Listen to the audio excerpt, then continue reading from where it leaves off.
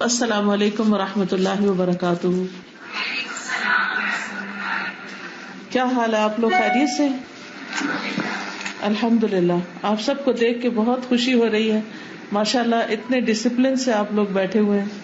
اللہ تعالیٰ سے دعا ہے کہ جو کچھ ہم پڑھتے ہیں وہ ہمارے عمل میں آ جائے. تو اب آپ حسینہ بتائیے کہ کیسے کرنا ہے. استاذہ، ہم نے الحمدللہ اپنی کلاس جو ہے آج کی دعا سے شروع کی الحمدللہ، پھر قرات کی ہم نے، پھر آپ نے جو کلپ دیے تھے اللہ اکبر کی، ماشاءاللہ بہت ہی بہترین ہے، ہم نے وہ پلے کیے. پھر ہمارے ایک ٹیچر فہم القرآن کے، انہوں نے 2 منٹ کا اس میں الحمدللہ اللہ سبحانہ تعالیٰ کی کبریائی بیان کیے. اور بس ابھی ہم آپ کو کنیکٹ کریں الحمدللہ. الحمدللہ.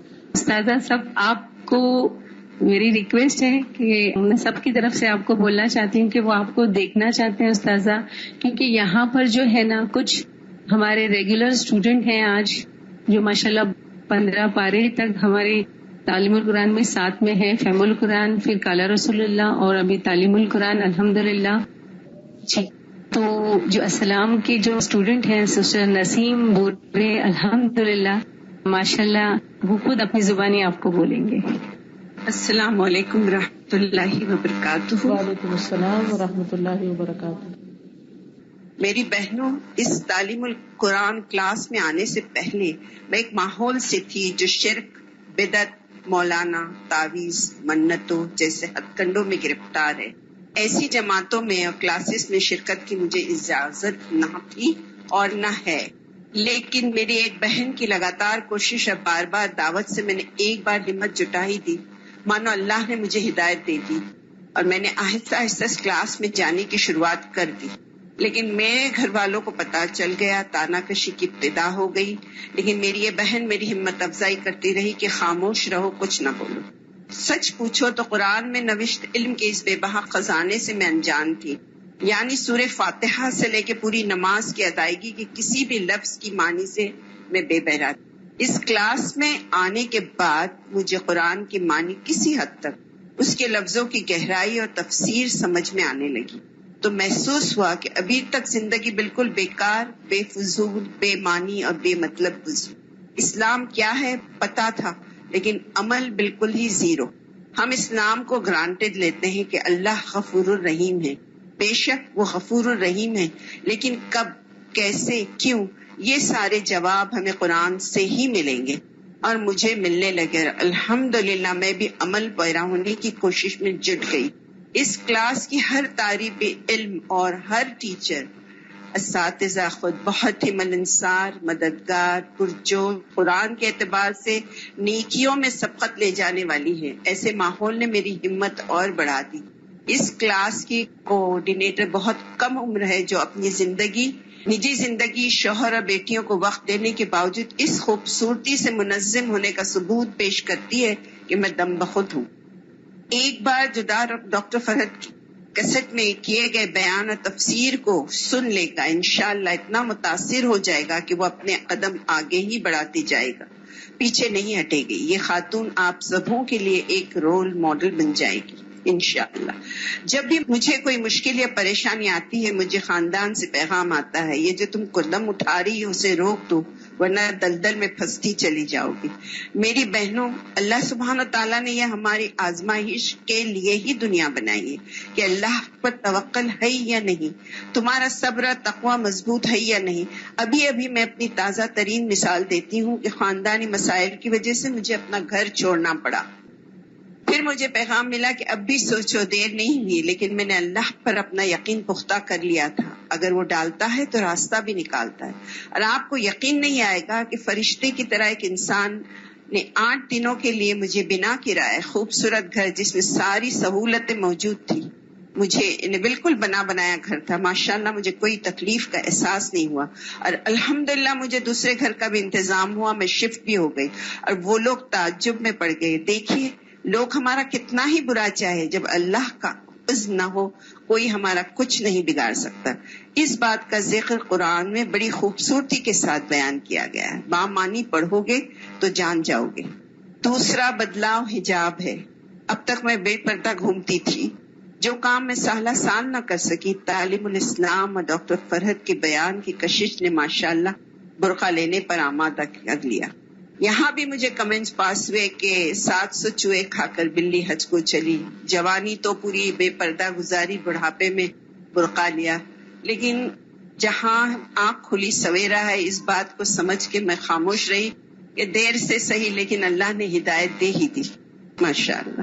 پہلے میری نماز توجہ سے نہیں تھی، بہت ہی تیز رفتاری سے پڑھتی تھی. نماز کا توجہ سے، خشوع اور رجوع کے ساتھ پڑھنے کی تلقین قرآن میں بار بار ہے. میں نے اب شروع کر دیا ہے، کسی حد تک کامیاب بھی ہو گئی ماشاءاللہ. قرآن کی تلاوت میں بھی رفتاری تھی، لیکن الحمدللہ اب میں نے ادب، احترام اور تمام اصولوں کے ساتھ پڑھنے کا آغاز کر لیا ہے. میری بہنوں، آزما کر دیکھو، ایسی جگہ کو ساتھی بنا لینے سے بہت سی غلطیاں اور گناہ سمجھ میں آنے لگتی ہیں اور ہمیں خود بخود سکون میسر ہوتا ہے. ہماری کشمکش اور بوکھلاہٹ کا خاتمہ ہو جاتا ہے. آئیے اس کلاس میں اور آزما کر دیکھیے. میں نے جو کچھ بھی اپنی زندگی کے ابتدائی دور میں یاد کیا تھا، اب تک اسی پر ٹکی تھی کہ اب یاد نہیں ہو سکتا. لیکن ماشاءاللہ قرآن میں جو بھی یادداشت سے تعلق رکھنے والی چھوٹی چھوٹی صورتیں ہماری استاذہ بتاتی ہیں، ان کے ذریعے میں نے کافی کچھ یاد کر لیا. سورہ مزمل، سورہ اعلیٰ، سورہ فجر، الف لام کا ایک رکوع، آمنا رسول اور بہت سی ایسی چھوٹی چھوٹی سورے. میں خود اچنبے میں ہوں.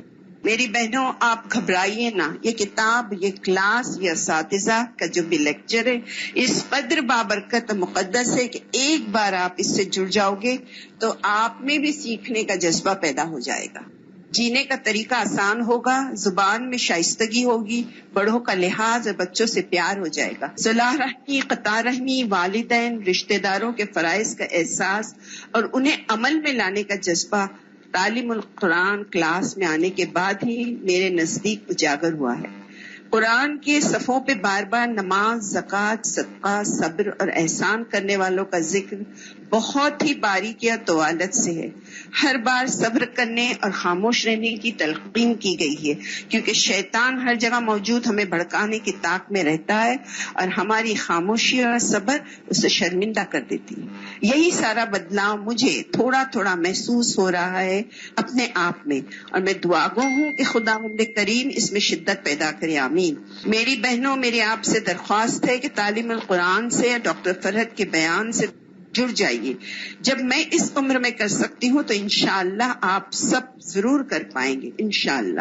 اور ہم سبھی اس کلاس کی رہنما کہ ہم قدم بننے کی کوشش کریں گے. اپنے یقین کو پختہ بنائیے. اچھا یقین نہیں ہے تو کشتی ڈبو کے دیکھ، ایک تو ہی نہیں ناخدا ظالم خدا بھی. الحمدللہ. یہ میرے تجربات اس کلاس میں آنے اور ڈاکٹر فرحت ہاشمی آپ سے جڑنے کے بعد ہی مجھ میں کافی بدلاؤ ہوا ہے. میں مسلمان تھی لیکن اب شرمندگی محسوس ہوتی کہنے کے لیے کہ میں مسلمان، لیکن آپ کے مٹھاس اور اس کلاس کی تمام خلوص اور ملنساری نے مجھے یہاں پر ٹکا ہوا رکھا ہے. الحمدللہ. میں چاہتی ہوں کہ میں بھی ایسے ہی کام کروں جیسے کہ آپ سبھی کر رہے ہیں، خاص کر آپ. الحمدللہ. السلام علیکم ورحمۃ اللہ وبرکاتہ. وعلیکم السلام ورحمۃ اللہ وبرکاتہ. اللہ تعالیٰ آپ کی کوششوں میں برکت ڈالے، اور جو آپ نے سب کے لیے پلیٹ فارم مہیا کیا اور بہت سے اور لوگوں کی ہدایت کا ذریعہ بن رہے ہیں، اللہ تعالیٰ آپ سے اس کو قبول فرمائے اور ہم سب کو بہترین کاموں کی توفیق عطا فرمائے. استاذ، ایک ہمارے دوسرے سینٹر کے اسٹوڈنٹ ہیں سسٹر شہناز. السلام علیکم ورحمۃ اللہ وبرکاتہ. وعلیکم السلام ورحمۃ اللہ وبرکاتہ. استادہ، میں اندھیری ویسٹ ملت نگر سے ہوں اور ماشاءاللہ ہمارے یہاں 15 سے 20 بہنیں ہیں، لیکن ہم سب کی زندگی میں جو بدلاؤ آیا ہے اس 15 پارے تک آنے تک، میں اس کا بیان لفظوں میں نہیں کر سکتی ہوں، کیونکہ میرے پاس لفظ ہی نہیں ہے کہ میں کہاں سے شروع کروں اور کہاں ختم کروں. لیکن میں مثال دینا چاہوں گی کہ یہ قرآن ایک سمندر کی طرح تھا، اور آپ نے ان سوروں کے ذریعے جو تفسیر ہم تک پہنچائی، وہ موتی ہم نے اپنے دامن میں ڈالے ہیں. آج آپ کی ایک ایک الفاظ کی جو تفسیر ہم سنتے ہیں. اب سورہ اسراء چل رہی ہے، آپ نے ایک ورڈ تہجد پہ جو بیان کی، آپ نے شاکلہ جو ورڈ ہے اس کی جو بیان کیا، آپ نے اف، ماں باپ کا جو اف ورڈ تھا، اس نے تو مجھے میری حد ہی مجھے مطلب سمجھ میں نہیں آئی کہ میں نے آج تک اف کو کیا سمجھا. یہ ہم آج میں 40-45 سال کی عمر تک یہ اف الفاظ کو سنتی رہی کہ اف مت کرو، ماں باپ کے لیے اف مت کہو. لیکن آپ کا جو ایکسپلینیشن تھا اف کے بارے میں، 2 انگلیوں کے پوروں کے اوپر کا میل، یہ میل جیسی چیز ہم استعمال نہیں کرنا. یہ کیا آپ بولا، یعنی میں بتا ہی نہیں سکتی ہوں. میں اگر 15واں پارہ آپ کے پاس پیش کروں گی تو میں اس چیز کا کوئی بھی میرے پاس یہ نہیں ہے کہ میں کیا بتاؤں. تو یہ جو ہماری زندگیوں میں یہ سوروں کے ذریعے جو ہمارے اندر بدلاؤ آیا ہے، جو موتی ہم نے دامن میں ڈالے ہیں، یہ الحمدللہ آپ کے کورس کے ذریعے ہوا ہے. آج میری 15 بہنیں سب نے اپنے اپنے معاملات کے بارے میں بتایا ہے کہ صدقے کے بارے میں ہمارے ٹائم ہم نے کس طرح سے آپ کے کورس کے لیے دیے. ایک ہماری بہت بزرگ بہن ہے جن کے بچے ہمیشہ ان کو سعودی بلاتے ہیں، لیکن ان کا کمٹمنٹ یہ ہے کہ اس کورس کو چھوڑ کر میں نہیں جاؤں گی جب تک میں اس کورس کو پوری طرح اپنا وقت نہیں دوں گی. یہ کہتی ہے کہ میں آپ سے ملنے نہیں آؤں، آپ کو ملنا ہے تو میرے پاس آئیے. تو بچے ان کو ملنے آتے ہیں، یہ نہیں جاتی. And she is 62 years old. الحمدللہ ان کو دیکھ کے ہم بہت انسپائر ہوتے ہیں. تو اس طرح سے ہر ایک کی کہانی ہے، صرف ایک اسٹوڈنٹ نہیں. اور یہ جڑتے گئے آہستہ آہستہ، اور ماشاءاللہ آج اسلام کے اندر کتنے آؤٹ لیٹس ہیں، اور سب ماشاءاللہ آپ کے لیے خیریت کی دعا کرتے ہیں. اللہ آپ کو بہت عمر دے. السلام علیکم. وعلیکم السلام ورحمۃ اللہ وبرکاتہ. استاذہ، ایک ہماری بینڈرا کلاس کی سسٹر ہیں، سسٹر نسرین، وہ بولنا چاہیں گے. السلام علیکم ورحمۃ اللہ وبرکاتہ. وعلیکم السلام ورحمۃ اللہ وبرکاتہ. پچھلے دنوں میرا آنکھ آپریشن ہوا تھا تو میں بہت لونلینس فیل کرتی تھی اور اکیلا پن اور ڈپریشن بہت زیادہ تھا. تو اس وقت آپ کی جو بیانات تھے آڈیوز میں، میری تنہائی کا بہت بہترین، آپ میری ساتھی بن گئی اور میرا ڈپریشن، میرا غم و دکھ سب جاتا رہا. تو میں نے ایک چھوٹی سی نظم لکھی ہے. الین میں بھی آپ سے ملاقات ہوئی تھی میری، دبئی میں بھی ہوئی تھی، تو تھوڑا ایک تاثر چھوٹا سا مختصر آپ کو دینا چاہتی ہوں. بسم اللہ الرحمن الرحیم. میری تنہائی کی ساتھی، میرے غموں کا مداوا ہو تم نے قرآن کو جب سے سکھلایا ہے، ہر غم و دکھ کو میں نے بھلایا ہے. اپنا مقصد حیات اب سمجھ میں آیا ہے، حبل اللہ کو جب سے تم نے گلے لگایا ہے. ہندوستان ہو یا پاکستان، امریکہ ہو یا انگلستان، ہر جگہ علم کی شمع تم نے جلایا ہے. تم سے امارات میں ملاقات ہوئی تھی میری، جس طرح تم نے گلے سے لگایا ہے، آج بھی وہ لمس میں نے پایا ہے. میری فرمائش پہ یا مریم ورکعوا مع الراکعین کا درس جب تم نے سنایا ہے، الین کی ساری خواتین کو مسجد میں نے پایا ہے، ورنہ گھر کے اندر سب نماز پڑھتی تھیں، تراویح کو بھی وہ نظر انداز کرتی تھیں. پھر سے ایک بار ملاقات کی خواہش ہے میری، کاش کے ایک بار ممبئی تم آ جاؤ، کاش کے ایک بار ممبئی تم آ جاؤ. تمہاری بیٹیاں قرآن کی تجوید جو سکھلاتی ہیں، ورڈ ٹو ورڈ اور حفظ بھی وہ آن لائن کرواتی ہیں. اللہ اپنے حفظ و امان میں تمہیں، اسما، مریم، اتیمیہ کو رکھے اور ہشام الہادی کو دین کی مزید حکمت عطا کر دے. آمین. استاذہ، یہ جو ہے سسٹر، ان کی تھوڑا آئی سائٹ کا پرابلم ہے. الحمدللہ یہ ہمارے بینڈرا کلاس کی اللہ کے خوبصورت نام کے اسٹوڈنٹ ہیں. الحمدللہ اللہ تعالیٰ ان کو صحت عطا فرمائے. آمین. نحمده ونصلي على رسوله الكريم، اما بعد، فاعوذ بالله من الشيطان الرجيم. بسم الله الرحمن الرحيم. رب اشرح لي صدري ويسر لي امري واحلل عقدة من لساني يفقهوا قولي.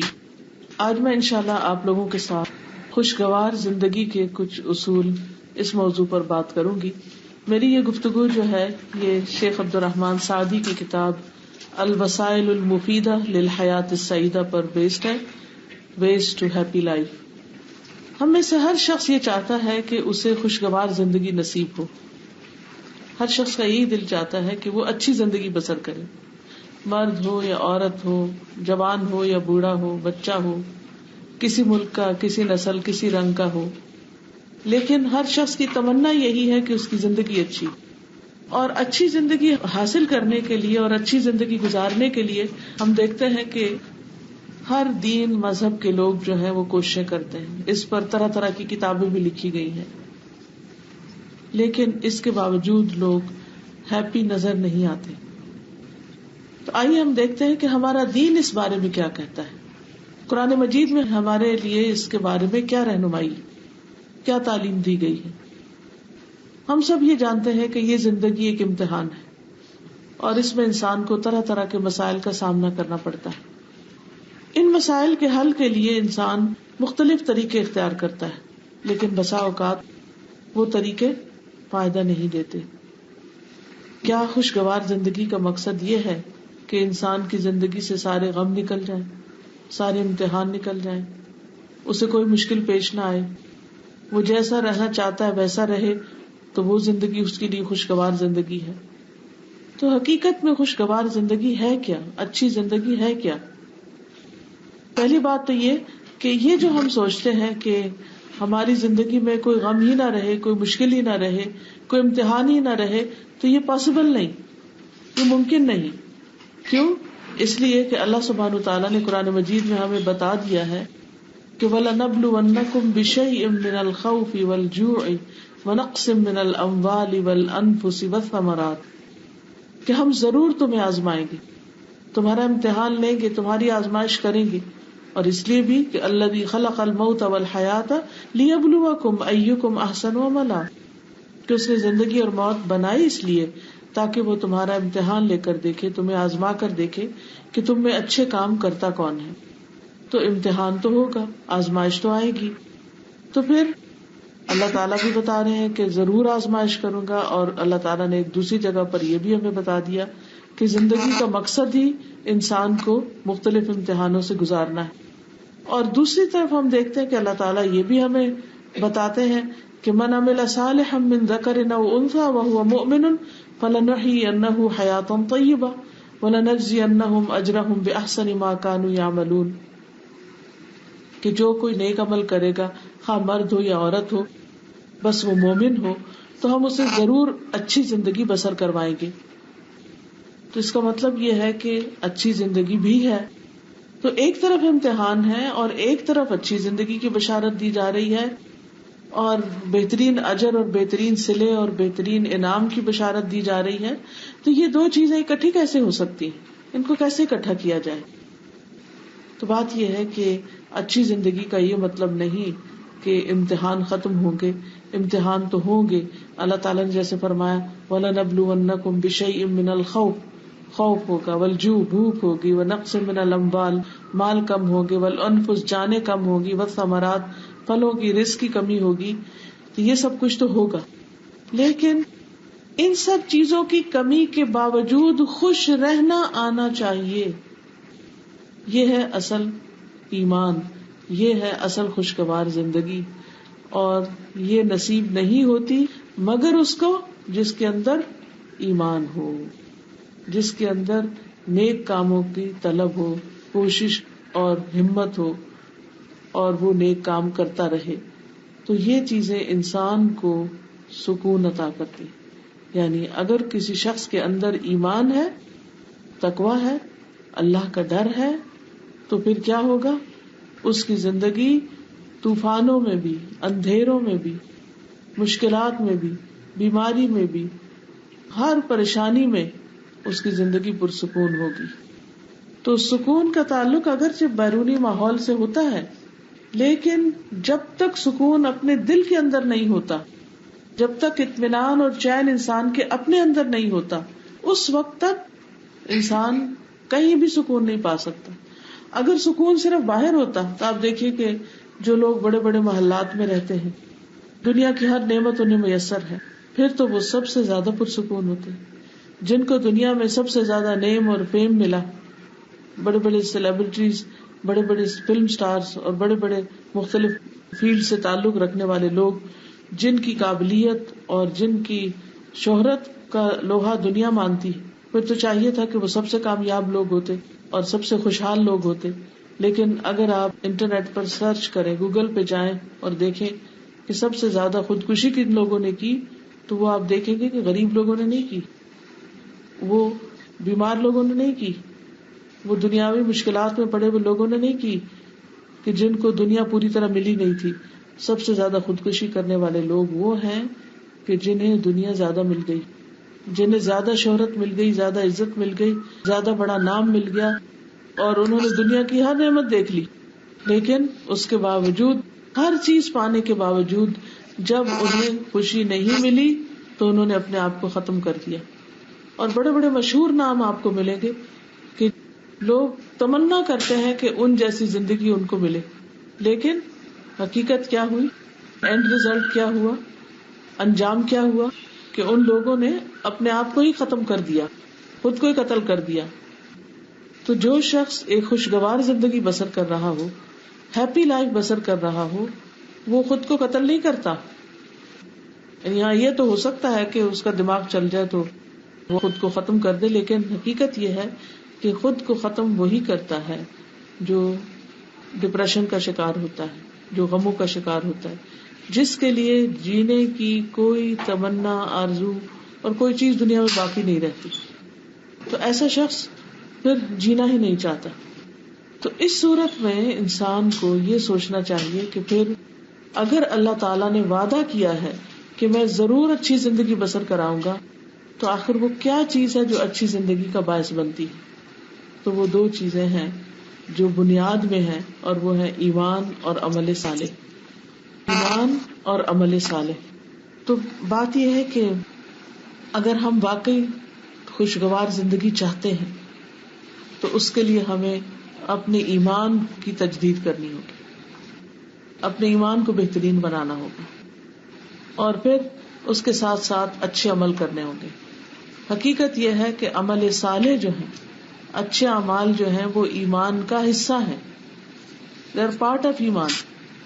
اور اس کے ساتھ ساتھ تاکید کے لیے ایمان اور عمل صالح دونوں قرآن مجید میں بارہا ایک جگہ پر بھی مینشن کیے گئے ہیں. تو اس لیے بہت ضروری ہے کہ ہم اپنے اپنے ایمان اور عمل صالح کا جائزہ لیں. رسول اللہ صلی اللہ علیہ وسلم نے مشکل آنے پر, تکلیف آنے پر مومن کا جو حال بتایا ہے, اس سے پتہ چلتا ہے کہ اس کا ایمان کتنا ہے. نبی صلی اللہ علیہ وسلم نے فرمایا, عجبا لامر المؤمن ان امرہ کلہ لہ خیر. مومن کا معاملہ بھی بہت عجیب ہے, اور بے شک اس کا معاملہ سارے کا سارا خیر پر مبنی ہے, اس میں بھلائی ہی بھلائی ہے. وَلَيْسَ ذَلِكَ لِأَحَدٍ إِلَّا لِلْمُؤْمِنِ, اور یہ چیز مومن کے سوا کسی اور کو نصیب ہی نہیں. اور وہ کیا ہے؟ ان اصابتہ سراء شکر فکان خیرا لہ وان اصابتہ ضراء صبر فکان خیرا لہ, کہ اگر اسے کوئی خوشی ملتی ہے تو اس پر وہ شکر ادا کرتا ہے, نعمت ملتی ہے تو وہ اللہ تعالی کے لیے شکر ادا کرتا ہے, اس پہ خوش ہوتا ہے, اللہ سے راضی ہوتا ہے, تو یہ اس کے حق میں بہتر ہو جاتا ہے. اور اگر اس کو کوئی تکلیف پہنچتی ہے, کوئی مشکل آتی ہے, تو وہ صبر کرتا ہے, اور یہ حال اس کے لیے بہتر ہوتا ہے. یعنی صبر کے ذریعے وہ اللہ تعالیٰ کی رضا حاصل کر لیتا ہے اور بہترین اجر پا لیتا ہے. انما یوفی الصابرون اجرہم بغیر حساب, کہ اجر ہے صبر کرنے والوں کے لیے جس کا کوئی حساب ہی نہیں. خلاصہ کیا ہے کہ دو لوگ ہیں, مثلا مثال سے سمجھی, دو لوگ ہیں, دونوں کو ایک جیسی نعمت ملتی, لیکن دونوں کا رویہ مختلف ہوتا ہے. ایک کو ملتی ہے تو وہ اس کو اپریشیٹ کرتا ہے, اور جب ہم نعمت کو اپریشیٹ کرتے ہیں, اس پر شکر ادا کرتے ہیں, تو فائدہ کس کو ہوتا ہے؟ ہم اس کا ذکر کرتے ہیں. فَأَمَّا بِنِعْمَةِ رَبِّكَ فَحَدِّثْ, ہم جب منہ سے بول کے کہتے ہیں اللہ تیرا شکر ہے. ہم جب سامنے والے انسان کا شکریہ ادا کرتے ہیں, جب ہم اس نعمت پر خوش ہوتے ہیں, تو اس سے ہمارے دل کا حال اچھا ہوتا ہے. لیکن یہ بتائیے کہ کتنے لوگ ایسے ہیں کہ جو نعمتوں کو دیکھ سکیں اور پھر ان کو پہچان کر ان پر شکر بھی ادا کریں کہ اللہ تیرا شکر ہے. تو یہاں یہ بتایا گیا کہ مومن کو ہر وقت پریشانی نہیں رہتی, صرف ایمان کی نشانی پریشانی ہی نہیں ہے, مومن کو خوشی بھی نصیب ہوتی ہے, لیکن مومن خوشی پا کر خوش ہونا جانتا ہے, جبکہ دوسرے لوگ خوشی پا کر خوش ہونے کا طریقہ نہیں جانتے. تو اگر کوئی شخص شکر کی عادت رکھتا ہے تو یہ اس کی خوشگوار زندگی کی علامت ہے کہ وہ ایک خوش باش شخص ہے. کیونکہ شکر کا اپوزٹ کیا ہے؟ ناشکری. اچھا، جب ناشکری ہوتی ہے تو پھر کیا ہوتا ہے؟ سب سے پہلے تو انسان کمپلینٹ کرتا ہے کہ یہ کیا. مثلاً آپ کو کسی نے پانی پیش کیا تو آپ اس پہ شکریہ ادا نہیں کر رہے. کیوں نہیں کر رہے؟ کیونکہ جس گلاس میں اس نے آپ کو دیا وہ آپ کو پسند نہیں آیا. حالانکہ گلاس کوئی بھی ہو، جو پانی اس کے اندر ہے، آپ کو شکریہ تو اس پر ادا کرنا چاہیے کہ وہ آپ کی پیاس بجھانے والا ہے. تو دو طرح کے مائنڈ ہوتے ہیں. ایک اس نعمت پر نظر رکھتے ہیں جو ان کو ملی ہے، آس پاس کی چیزوں کو بھلا دیتے ہیں. اور کچھ لوگوں کا حال کیا ہوتا ہے کہ اس نعمت کو تو بھول جاتے ہیں اور جو اس کے ساتھ پھول کے ساتھ کانٹے ہیں ان کا ذکر بہت کرتے ہیں. نتیجہ کیا ہوتا ہے؟ وہ روتے ہی رہتے ہیں. وہ خوشگوار زندگی بسر کر ہی نہیں سکتے، وہ خوش ہو ہی نہیں سکتے، ان کو خوش ہونا آتا ہی نہیں. تو خوشگوار زندگی کہاں سے ہو؟ تو جو شخص شکر ادا نہیں کرتا وہ خوشگوار زندگی بسر نہیں کر سکتا. اس کے برعکس وہ شخص جو شکر ادا کرتا ہے وہ ہر دم خوش رہتا ہے، کیونکہ اس کے اندر ایک سینس آف اچیومنٹ ہوتی ہے کہ میں نے کچھ پایا ہے. اور پانے کا احساس جو ہوتا ہے وہ آپ کو خوش کر دیتا ہے کہ مجھے یہ چیز ملی. کچھ لوگ بچوں کی پیدائش پر خوش ہوتے ہیں کہ اللہ نے ان کو ایک نعمت دی. ریسنٹلی میں نے کسی کو وزٹ کیا تو انہوں نے کہا کہ مجھے بچوں کی آواز اتنی اچھی لگتی، کیونکہ میں گھبرا رہی تھی کہ ہمارے ساتھ سب نواسے نواسیاں تھے اور شور کرنے والے بچے اور ادھم مچانے والے. تو کیونکہ چھوٹے بچوں کو آپ جتنا چاہے سمجھا لیں وہ وہی کرتے ہیں جو انہوں نے کرنا ہوتا ہے نا. وہ کسی چیز کو دیکھیں گے ایک دم شور مچا دیں گے، انہیں بھول جائے گا کہ مجھے چپ رہنا ہے نا، چپ رہنا نہیں جانتے. تو وہ کہنے لگی کہ میں تو بچوں کے جو آوازیں ہیں مجھے تو میوزک کی طرح لگتی ہیں، میں تو ہر آواز پہ خوش ہوتی ہوں. تو آپ اس بات کی فکر ہی نہ کریں کہ میں بچوں کی وجہ سے پریشان ہوں. اکثر مائیں بچوں کی آواز سے چڑھتی ہیں، خبردار جو بولے، اور ان کو برا بھلا کہتی رہتی. اپنوں کو، کسی دوسرے کے بچے کو وہ کہاں برداشت کریں گے جو اپنے کو نہیں کر سکتے. ان لوگوں کا سوچیے جن کے پاس بچے نہیں، جن کے گھر میں اولاد نہیں، اور وہ اس پر کتنے پریشان ہوتے. اسی طرح بعض لوگ گھر میں کام کے اوپر بہت پریشان، اتنا کام بکھر گیا ہے، برتن دھونے والے ہیں، کپڑے دھونے والے. ارے سوچئے لوگ ہیں تو یہ کپڑے اور برتن دھونے کے لیے ہے نا. اگر آپ کے گھر میں کوئی ہوتا ہی نہ اور آپ کو تنہا زندگی بسر کرنی پڑتی تو وہ کیسی زندگی ہوتی. تو جس وقت بھی کوئی چیز بودر کرنے لگے اس وقت انسان کو شکر ادا کرنا چاہیے. اور یہ شکر جو ہے نبی صلی اللہ علیہ وسلم نے ایمان کا معنی کیا بتایا، مومن کا حال کیا بتایا کہ وہ نعمت کو پا کر شکر ادا کرتا ہے اور یہ اس کے حق میں بہتر ہوتا ہے. اور یہی دراصل ایمان کے ساتھ خوشگوار زندگی ہے. دوسری حالت تکلیف کی حالت، بیماری ہے، کوئی فوتگی ہو گئی ہے، بچے پریشان کر رہے ہیں، کوئی اور بھی ایسی تکلیف ہے. وَإِنْ أَصَابَتْهُ ضَرَّاءَ صَبَرَ، تو وہ اس پر صبر کر لیتا ہے، اللہ سے ناراض نہیں ہوتا. اور اس وقت وہ اللہ کے بارے میں اچھا گمان رکھتا ہے کہ میرے رب نے مجھے چن لیا یہ نیکی کمانے کے لیے. تو اس پر اگر انسان کو یہ پتا چل جائے کہ تکلیف والوں کا قیامت کے دن اجر کیا ہوگا تو وہ وہاں تمنا کرے گی کہ کاش دنیا میں ہماری اسکن کینچیوں سے کاٹ ڈالی جاتی اور ہم بھی آج یہی اجر پاتے جو ان لوگوں کو ملا. لیکن جس شخص کے پاس ایمان نہیں ہوتا اس پر تکلیف بہت بڑی آفت بن کے گزرتی اور اس کا ایمان بھی چلا جاتا ہے اور اس کے نیک عمل بھی چلے جاتے ہیں اور اس کی زندگی مزربل ہو کر رہ جاتی. کبھی انسان یہ سوچے کہ جو تکلیف آئی ہے وہ تو ٹل کے نہیں رہے گی، ختم نہیں ہوگی جب تک اللہ نہیں چاہے گا، وہ تو جب ہی ختم ہوگی جب اللہ چاہے گا. تو بے چین ہونے سے تو فائدہ کچھ نہیں. تو مجھے اسے ایکسپٹ کر لینا چاہیے، اسے قبول کر لینا چاہیے کہ یہ تو اب آ گئی، اب ایسا ہے. بالکل ایسے ہی جیسے ہم سردی آتی ہے تو اس کو ایکسپٹ کر لیتے ہیں، سویٹر کپڑے نکال لیتے ہیں. اور اسی طرح جب گرمی آتی ہے تو ہم اس کے مطابق اپنے آپ کو چینج کر لیتے ہیں. ہم گرمی کے اپنے گھر کے کمرے کو تو اے سی لگا سکتے ہیں، کیا سارے شہر کو اے سی دے سکتے ہیں؟ ہو ہی نہیں سکتا. لیکن پھر کیا ہوتا ہے، ٹھنڈے پانی سے نہا رہے ہیں، کپڑے ایسے پہن رہے ہیں، گھر کے انتظام ایسے کر رہے ہیں، چھاؤں کا انتظام کر رہے ہیں، وغیرہ وغیرہ ساری چیزیں جو ہیں اس کے مطابق ایڈجسٹ کر لیتے ہیں. اور پھر وہ چند دن کی تکلیف کے بعد ہر چیز نارمل ہونے لگتی. تو یہ چیز انسان کے لیے خوشگوار بن جاتی. یعنی وہی گرمی جس کے بہت سے فائدے بھی ہیں، اس کے بغیر انسان کو وہ فائدے نصیب نہ ہوتے.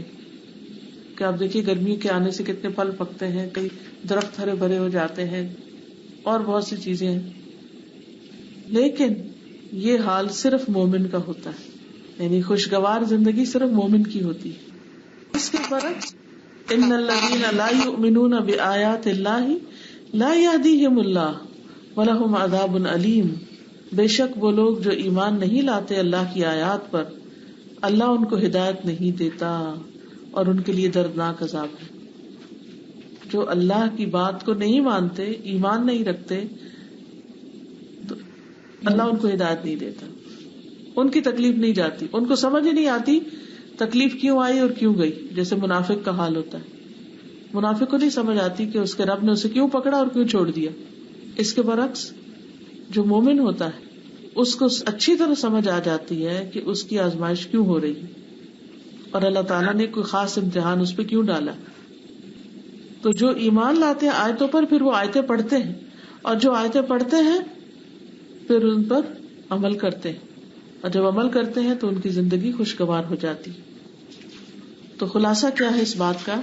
خلاصہ یہ ہے کہ اچھی زندگی کا راز ایمان اور عمل صالح میں ہے، نیک کام کرنے میں.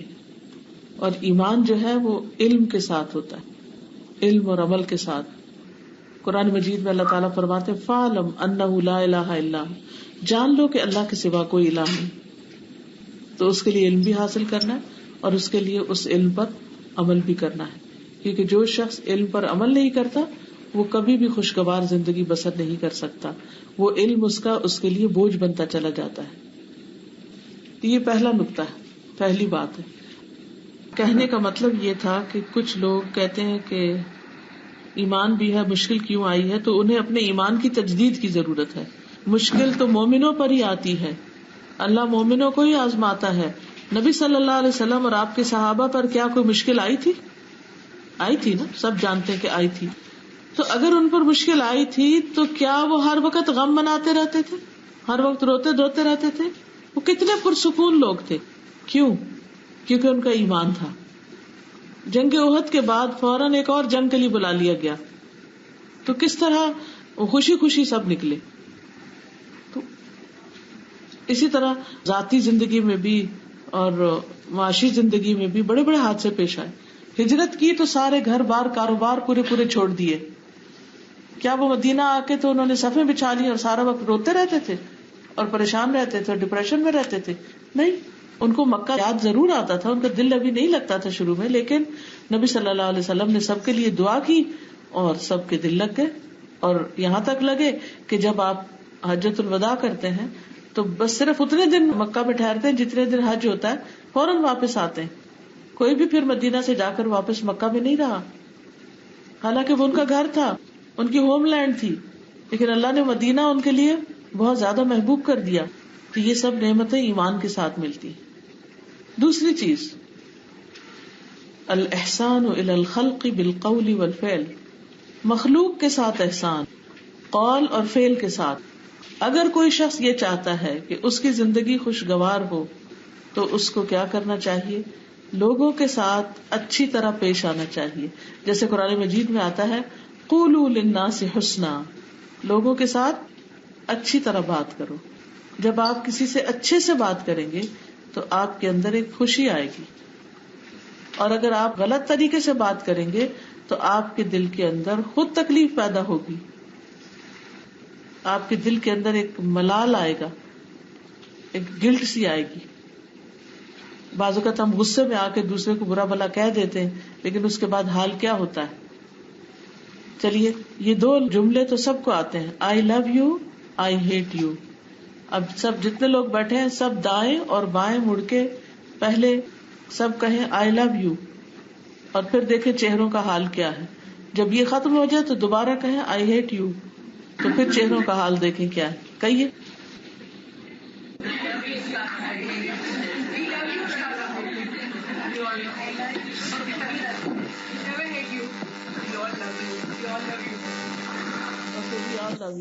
ٹھیک ہے. اس میں کوئی فرق تھا نا کہ نہیں تھا؟ جی جی. حالانکہ سب کو پتا ہے کہ آپ صرف ایک وقتی طور پہ بات کر رہے ہیں. ایون اگر مثال کے طور پر بھی یہ لفظ بولے جائیں تو اس کا بہت نیگیٹو امپیکٹ ہوتا ہے. وہ یوٹیوب پر ایک کلپ ہے, آپ لوگ بھی گوگل کر کے دیکھ لیجئے, سرچ کر کے. اس میں کسی نے چاول بھگوئے 3 کپس کے اندر, اور ایک کو نیوٹرل چھوڑ دیا, اور ایک کے اوپر لکھا ہے لو اور ایک کے اوپر ہیٹ. تو جو ہیٹ والا تھا وہ کالا کالا ہو گیا اور خراب ہو گیا, اس کا رنگ بدل گیا. اور جو لو والا تھا وہ بالکل ویسے کا ویسا ہی تھا. اور نیوٹرل کا کیا تھا, وہ بس ایسا ہی تھا شاید, یعنی یا 2 کپ تھے, مجھے اب یاد نہیں اس پوری کہانی. آپ لوگ خود اس ویڈیو کو دیکھیے تو آپ حیران ہوں گے کہ کس طرح محبت جو ہے وہ گھروں کے اندر ایک خوشحالی پیدا کر دیتی ہے, اور کس طرح سب لوگ آپس میں بھی خوش رہتے ہیں, صحت بھی اچھی رہتی ہے, اور بڑے بڑے مسائل جو ہیں ان کو برداشت کرنا آسان ہو جاتا ہے. اور جب ایک دوسرے کے ساتھ موافقت نہیں ہوتی, محبت نہیں ہوتی, یا ایک دوسرے سے اچھی طرح انسان بات نہیں کرتا, تو زندگی خوشگوار ہو نہیں سکتی. اس کے لیے دوسرے کا انتظار مت کیجیے. آپ دوسرے کو کہیے آئی لو یو, آپ کہیے, چاہے وہ آپ کو نہ کہے. اپنے بچوں کو بتائیے, کیونکہ ہم بچوں کیوں نہیں بتاتے, روگ ختم ہو جائے گا ہمارا. اب نتیجہ کیا ہوتا ہے, ساری زندگی بچے ترستے ہیں, وہ سمجھتے ہیں ہمارے ماں باپ ہم سے کوئی محبت نہیں کرتے, آپ تو ہم سے پیار ہی نہیں کرتے. یہ شکایت ہونی نہیں چاہیے بچوں کو. اپنے ماں باپ سے کہیے, اپنے ہسبینڈ سے کہیے, اپنے دوستوں سے کہیے. تو آپ دیکھیے کہ یہ چھوٹا سا کہنا کہ I love you for the sake of Allah, آپ کا مقام کتنا اس دوسرے شخص کے دل میں بڑھا دے گا. اور ویسے بھی عام روزمرہ زندگی میں بھی کسی کو کوئی کام کہنا ہو, کچھ بتانا ہو, کچھ لینا ہو, کچھ دینا ہو, تو نرمی سے بات کیجیے. نرمی سے بات جو ہے وہ بہت سے مسائل کو حل کر دیتی ہے. دوسرا, ایکشن میں بھی احسان. احسان کا مطلب ہوتا ہے اچھا سلوک کرنا, یعنی کسی کے ساتھ کوئی معاملہ کرنا تو اچھے سے. مثلاً آپ کسی کو پانی پیش کر رہے ہیں, ایک یہ کہ دڑ سے آپ گلاس رکھیں, اور ایک یہ کہ آپ ایک سلیقے سے رکھیں. آپ نہانے کے لیے واش روم میں گئے ہیں اور کپڑے اتار کر آپ ڈھنگ سے ٹانگ دیتے ہیں, یا آپ ان کو گول مول کر کے فرش پر پھینک دیتے ہیں. ان دونوں ایکشنز کا ایک ہی نتیجہ ہے, ایک نتیجہ نہیں ہے. آپ کے بعد جو بھی واش روم استعمال کرے گا اس کے اوپر کیا گزرے گی. لیکن اگر آپ وضو کر کے بھی نکلتے ہیں اور واش روم کو تھوڑا ٹھیک کر کے نکلتے ہیں, یا نہا کر بھی نکلتے ہیں اور اپنی چیزیں یا اپنے کمرے سے نکل رہے ہیں, تو چھوٹی چھوٹی چیزیں جو ہیں آپ کے آس پاس والوں پر, آپ کے گھر والوں پر, آپ کے ساتھی پر ایک مثبت اثر ڈالتے ہیں. یعنی چھوٹی سے چھوٹی چیز سے لے کر بڑی سے بڑی چیز. حدیث میں آتا ہے ان اللہ کتب الاحسان علی کل شیء, اللہ نے ہر چیز پر احسان لکھ دیا ہے, ہر چیز پر. اور اس میں نبی صلی اللہ علیہ وسلم نے جو مثال دی وہ یہ کہ جب تم قتل کرو تو احسن طریقے سے کرو, اور جب ذبح کرو تو عمدہ طریقے سے ذبح کرو, احسان کے ساتھ. احسن القتل احسن الذبح. اب آپ کہیں گے کہ 2 مثالیں دی, 2 چیزوں کی, قتل اور ذبح کی, اور ان دونوں میں احسان. تو جو دین ہمارا قتل اور ذبح میں احسان کرنے کو کہتا ہے, اس کا یہ مطلب نہیں بے وجہ کسی کو قتل کرو. وہ تو ایک مسلمان کا قتل جو ساری انسانیت کے زوال سے بدترین ہے اور ہمیشہ کے لیے جہنم ہے جو کوئی ایسا کرے. اس کا مطلب یہ ہے کہ اگر حق کے ساتھ کہیں کوئی ایسے کام کی نوبت آتی ہے تو اس صورت میں بھی اچھا طریقہ اختیار کرو. دوسرے لفظوں میں مشکل سے مشکل کام, تکلیف دہ سے تکلیف دہ کام, ہر کام کو اچھے وے میں کرو, بھونڈے طریقوں سے کام نہیں کرو. بندوں کے ساتھ بھی احسان کرو, والدین کے ساتھ, رشتہ داروں کے ساتھ, مسافروں کے ساتھ, ہمسایوں کے ساتھ, ہر ایک کے ساتھ احسان. اور یہ حکم میرا نہیں ہے, یہ اللہ سبحانہ وتعالیٰ کا ہے. جو یہ کرے گا وہ لازماً خوشگوار زندگی بسر کرے گا, یہ اللہ کا وعدہ ہے. ہم اس بات کے انتظار میں رہتے ہیں کہ دوسرا اچھا ہو جائے, ہم اس بات کے انتظار میں رہتے ہیں کہ دوسرے لوگ ہم سے اچھے ہو جائیں. حالانکہ ضرورت کس چیز کی ہے, ہم اچھے ہو جائیں. ہم اچھے ہوں گے تو سبھی اچھے ہو جائیں گے. تو پہلا اصول کیا تھا, ایمان اور عمل صالح. دوسرا اصول بات میں احسان، عمل میں احسان. تیسرا اصول الاشتغال بعمل من الاعمال او بعلم من العلوم. To be occupied with doing something or learning. یعنی انسان اپنے آپ کو occupied رکھے. Always keep yourself busy. کبھی کوئی کام کرے، کبھی کچھ سیکھے، یعنی کچھ نہ کچھ ضرور کرے. جب آپ کچھ کریں گے تو انشاءاللہ آپ مصروف رہیں گے، آپ خوش رہیں گے.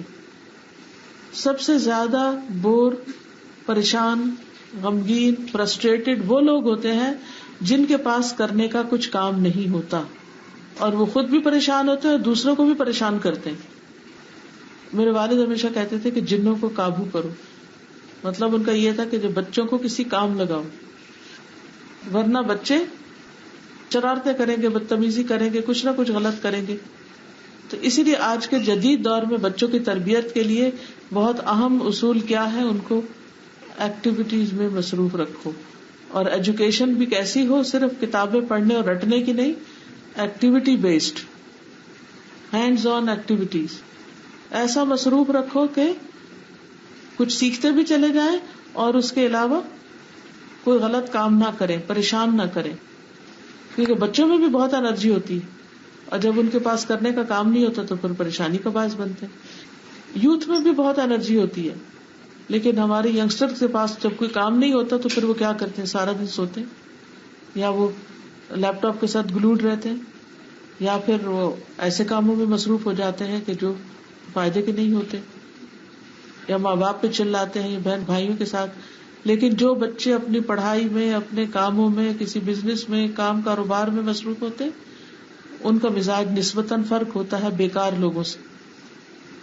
تو الاشتغال بعمل من الاعمال او بعلم من العلوم. یا کچھ سیکھو یا کچھ سکھاؤ، یا کچھ کرو یا کچھ کسی کو کرواؤ، کسی کی مدد کرو.